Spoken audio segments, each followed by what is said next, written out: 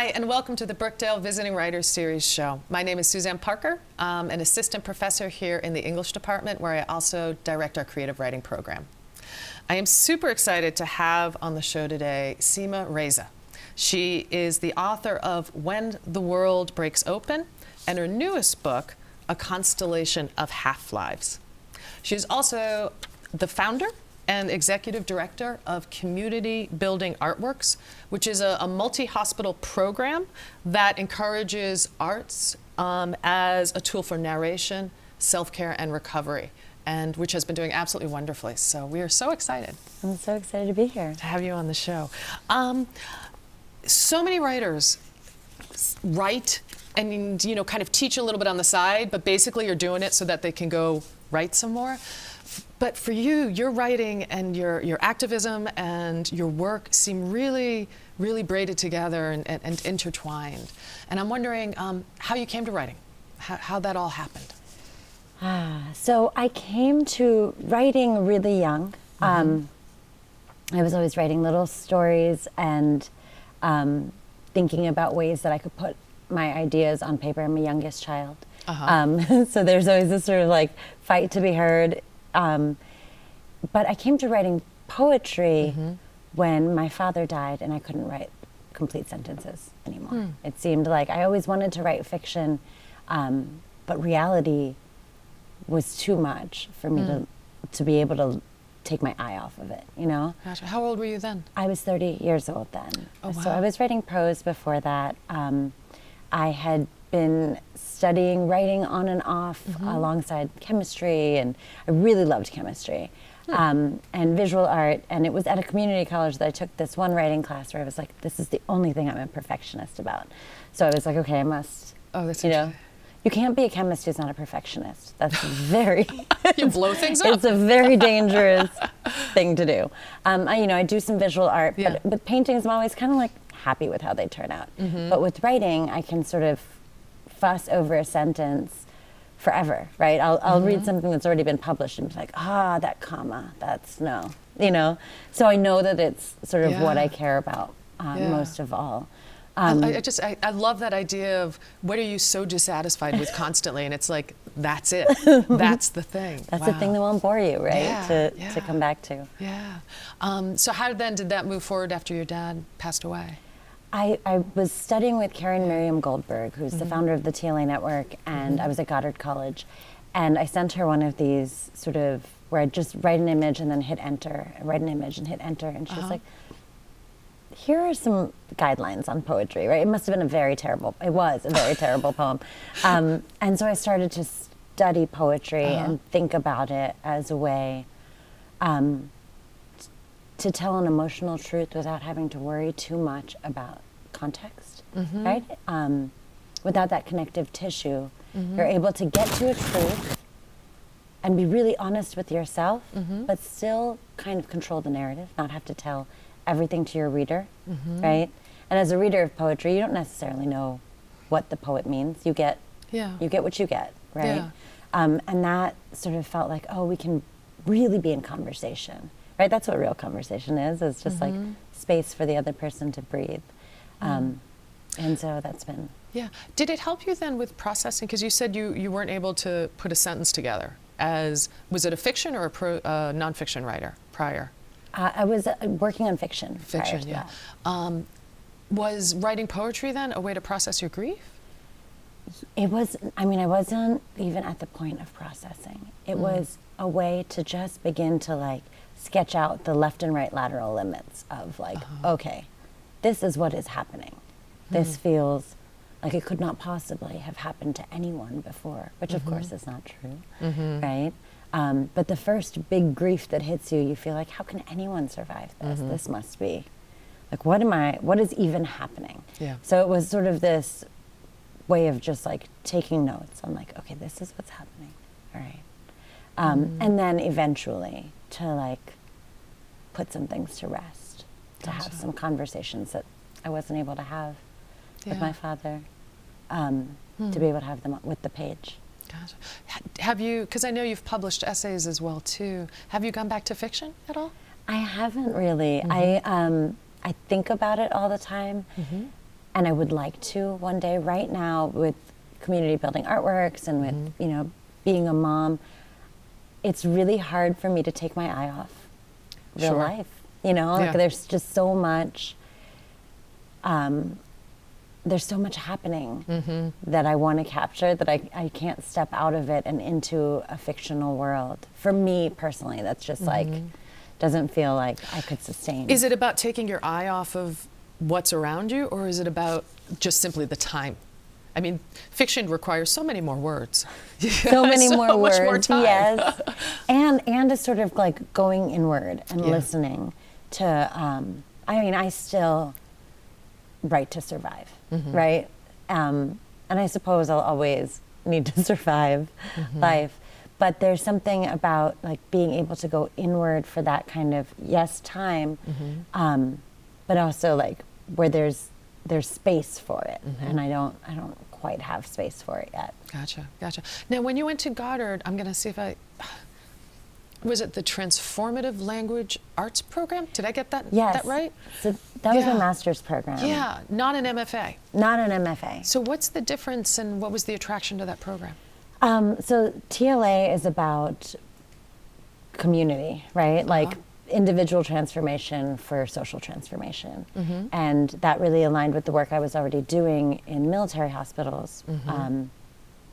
And it seemed really like there's got to be some help with how this works, why it works. And TLA was really helpful for me for that. Just beginning to develop my own theories around like what makes a good poetry workshop, right? The kind that does build community, the kind that does connect people to other people. I do a lot of, like, when I have the chance, I take classes that are more in that MFA vein where it's like, all right, let's go in and be rigorous about craft. Yeah. But what I really wanted to learn is how to both do the work and also defend it, you know, sort of to build community? People, to build community and to gain sort of the credibility in a space where like I'm not a therapist. I don't want to be a therapist. I'm not an art therapist or writing therapist or any kind of therapist. I'm a professional artist, and I'm teaching art as an epistemological tool to people who are in clinical settings. So it's a real gray area. And so I decided to go in this TLA direction so that I could write case studies and do that sort of thing to begin to, you know, flesh out the field. Where is that program housed? Was it Goddard? I know is a school that doesn't necessarily house things in specific places, but is it in the psychology department? Is it in a? So Goddard, it's in the individualized master's program. It sounded like exactly the program you needed for the work you do and the writer that you are. No, it couldn't have been more perfect. Wow. Yeah. And you know, and I learned so much from Karen. She had been a visiting professor in my undergrad, which was also at Goddard, and that was a BFA. Yeah. And that was where I was like, oh, there's a tradition behind this thing that I kind of organically came to. Yeah. Well, I guess then, can you talk about your work doing with the work that you were doing with community building artworks? Is that correct? Sure, yeah. Did I get the title name right? It's a very boring title. No. On the nose. Were you already doing that work when you were in the program? What is the program's mission? Because I know you're deeply invested in that. Yeah, so our mission is to pass along the tools of art making so that folks can learn to communicate better, right? At the heart of community is communication. At the heart of communication is knowing what it is that you contain. And art making and writing are the most rigorous tools for both self-examination and for clear communication. So our mission is to introduce art making at a really high level to people who maybe wouldn't necessarily see themselves as artists. And some of them will eventually pursue, like we've had people publish and exhibit artwork in all kinds of places who had come to art through our programs, which are in these clinical settings in military hospitals. So are these people often suffering from physical injuries or PTSD? Both physical, emotional injuries. some of it related to war, some of it related to just being a human being, right? It's hard. Yeah. And but our goal is for them to see themselves in art, right? To be able to see like, oh, there's space for my voice here, and that it doesn't have to be, I don't have to have this sort of pedigree or education in order to have access to this really fundamentally human thing, which is expressing ourselves so that the people around us can hear us. Sure, sure. And I know that you started off in one place, but this has moved to many different hospitals, correct? Right. Well, we're at 2 hospitals, and we're sort of working on branching out to Dallas and looking at a couple of other locations. Yeah. So yeah, it's exciting. What's incredible work. I just find it so admirable because I really find that writing can be very insular and the writing community can be very insular. And we all kind of say, you know, you need to be a good poetic citizen. But you really, really are a good poetic citizen and citizen in the world. So you're walking the walk. Well, I think, and I don't just say this, but I think I get way more than I give. Being in a space where people are asking real questions and bringing my questions to those tables allows me to really think about, like, why am I doing this? What do I, what do I really know? Well, that was one of my questions. Does your work there feed your own writing? Absolutely, absolutely, and vice versa. I take what I'm working on, I'll take like half-finished things, and what I'm reading, I'll read chapters of, or like sections from what I'm actually reading, sections from what I'm actually writing, into the room, and I think it keeps it alive, right? Like not that the poet is this dead, book that you read in high school, but the poet is a living, questioning human being. And I think there's this sort of nexus between particularly veterans and service members and artists, which is that, it's all about observation. Both of these, professions are about observation and about not taking things as you're told to take them, but like, what do you really see? That's so interesting. Wow. Yeah, we're gonna have to take a short break. What an incredible idea to go out on. Thank you. We're talking with Seema Reza, and please join us back after the break. Thanks. Brookdale Community College, the power to provide accessibility to over 60 degree and certification classes on campus and online. To provide a rich community of faculty and student life. To provide affordability through financial aid, scholarships, and grants. Brookdale Community College, the power to provide you the access, affordability, and community to reach your education goals. Brookdale Community College.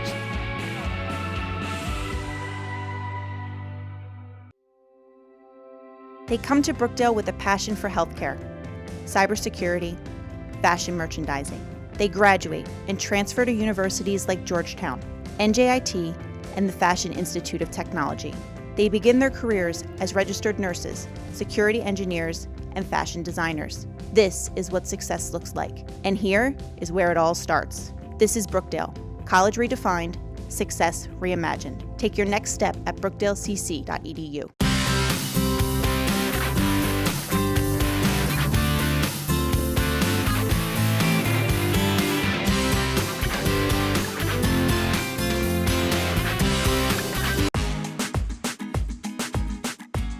My name is Raquel, I'm 23 years old and I'm from Brazil. When I first got here in New Jersey, I was looking for a community college in the area, and I got really great feedbacks from some of my friends that had an experience here at Brookdale. I came here a few times before I applied to the college.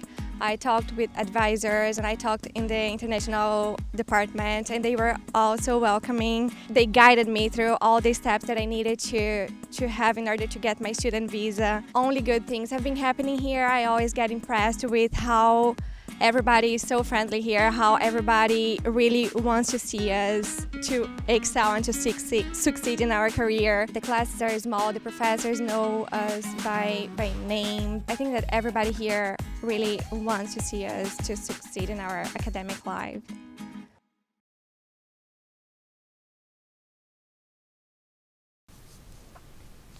Hi, and welcome back to the Brookdale Visiting Writer Series show. My name is Suzanne Parker, and I'm here today talking with Seema Reza, the author of A Constellation of Half-Lives, an absolutely wonderful book. So I kind of wanted to ask you, what do you feel that your role is as a writer in the world? That's a big question. I think mostly of my role as a writer to myself, right? Like, what is my responsibility to myself to understand what it is and who I am, and to really examine like what I am doing in the world, good and bad, right?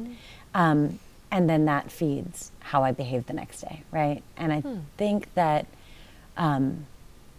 there are these deep, it's sort of this Venn diagram of like, there's just so much overlap between different people's experience of the world. The better I understand myself through my writing, the better citizen I become as a person.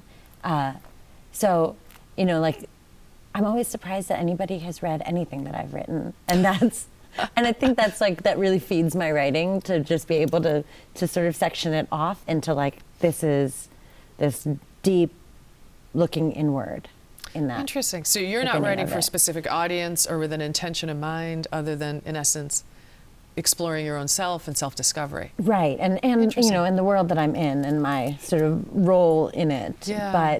But less like, oh, this writing is going to change people's minds. Like, maybe, and it sure changed my mind, you know, so. Well, I wondered, would you share a poem with us? I would love to.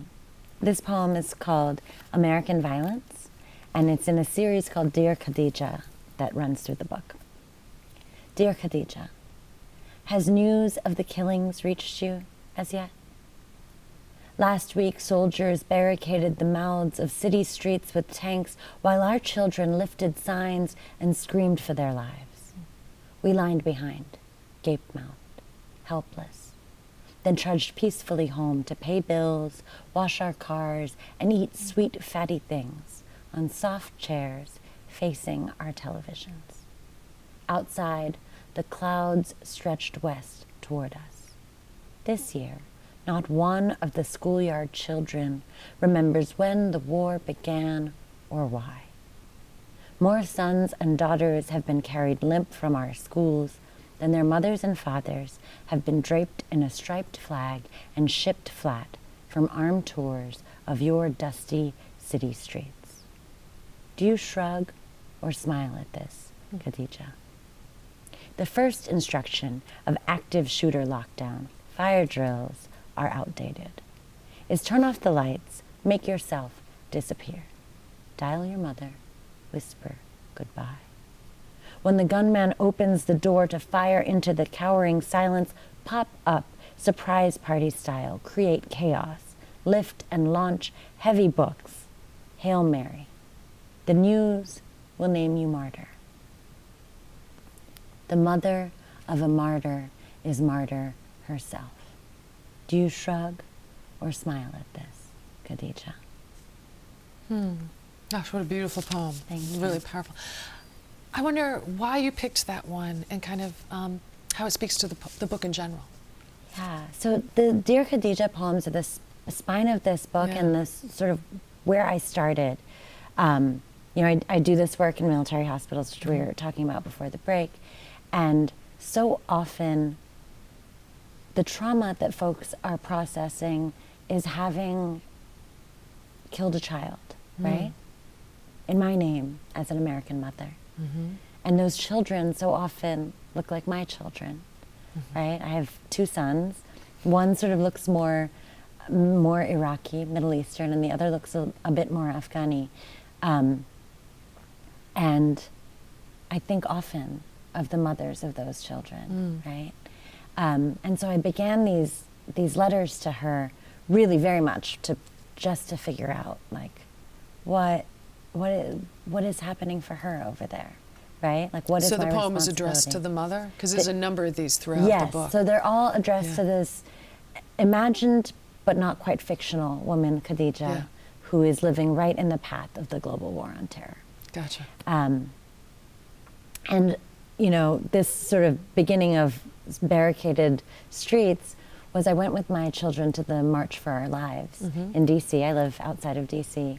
And it was all these kids with signs just like, you've got to stop these shootings. And all of us adults sort of behind them. And then we just went home, you know?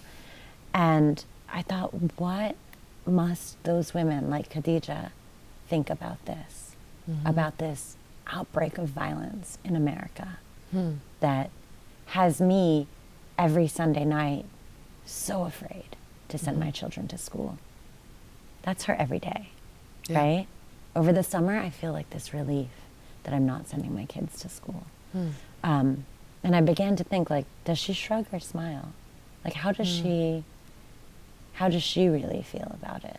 And that sort of led me down this path. And I think I shared it because it's such an American, right? It's the spine of the book, and it's just such an American thing to protest and then also to go home and watch TV, right? Like these two things. And also these school shootings as well, too, which So- have defined so many, you know, this last decade. Right. Yeah.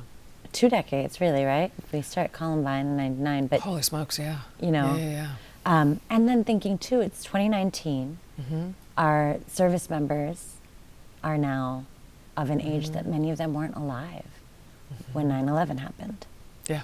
right? And certainly the kids in school today Yeah. have no idea of what America is like not at war, which is wild to me. Yeah, it is for me too. I think it's wonderful how the poem brings together so many different perspectives and kind of conflates it. The book very much addresses the global war on terror, as well as sort of the impact it has on people and populations and on the environment itself. I wonder, did you sit down with the intention of addressing these things? Yes. Yeah. You know, I mean, it's the water that I'm swimming in, right? And I read a lot about war. It's necessary, and it's also like nobody is more than 2 generations away from being affected by war, right? At any time. And so my family came here because of war. I came to the United States from Bangladesh. They had gone to Bangladesh when it was East Pakistan because of partition from India. So we're deeply affected by this, and then suddenly, it's not here in America, but it is. And so I wanted to like really look at that, like we're in a time of war in America, and Disney World is open. You know, like that. It's. I think it's necessary to really. We're paying a cost. It's not that it's not here. I know that you said that you know, your process in writing a poem is to go inward, and sort of a process of questioning and self-discovery. But I wonder as well if you think of this book or these poems as political poems or protest poems. Yeah, I mean, certainly. I think that any critical thinking is going to protest the world that we're in right now, right? And Depends. I mean, some folks won't. some folks, well, I guess that's true, but I can't imagine a way that we could look at anything that's happening in the world right now. I mean, I think that even the sort of the fight that's happening in our larger political sphere is about like people thinking that they know, including myself, what the way is. I can't imagine that my work would ever not be somewhat political. And these poems are, of course, they're about war. I think what is different about my approach to political writing is that I feel really certain that I don't know the answer, right? And so that, I don't know exactly which direction to run in. you know, I do think that a certain amount of war is unavoidable, right? I wish there was another way. I don't know what it is. And when you begin to study history and study like all of the interconnectedness of things, it begins to feel pretty hopeless. Yeah, exactly. Yeah. But there's an extraordinary amount of humanity and a deep wellspring of love in these poems as well too, for a mother, for her children, for other people, for our shared humanity. I think that comes through very strongly. Thanks. I really do. I wonder, you have some interesting, you've got the sequence of poems in there, you've got, or the poem in the sections, you have the poems of address, poems that are doing interesting things with space on the page. How do you think of form? Ooh. I'll usually write a poem in a bunch of forms before it finds the right one. So form, I think, is really, really important. Its relationship to the content and how a story needs to be told. The sort of the crown of sonnets, which is that interconnected, linked group of poems, gave me all of this space to think about this one thing, which is how deeply grief is tied to beauty, right? How the experience of beauty is so linked to its transience. And even the grief in the world is so tied to how many people I love in the world, right? How much I love life is what makes the terrible things in the world so terrible. And that sequence gave you the space, the form gave you the space to explore that. Yeah, so much space to just like keep pushing, like, okay, push on that a little more, push on that a little more. And really get to like, to look at it from all of these, from 15 different angles, right? Yeah, and which one captures what you're trying to say. Yeah. That's so interesting that you do it in more than one form. Well, I cannot recommend the book, A Constellation of Half-Lives, more than enough. It's absolutely wonderful. It's something definitely to be reading again and again. Thank you so much. Thank you so much for coming on the show, Seema. Thanks for having me here. Yeah, it's been a pleasure talking to you. Likewise. And folks, thanks for watching. I hope you will watch again. And also, please check out our creative writing classes. They are open to the public. And you can find out more about the classes and our program at Birkdale's website. So thanks for watching.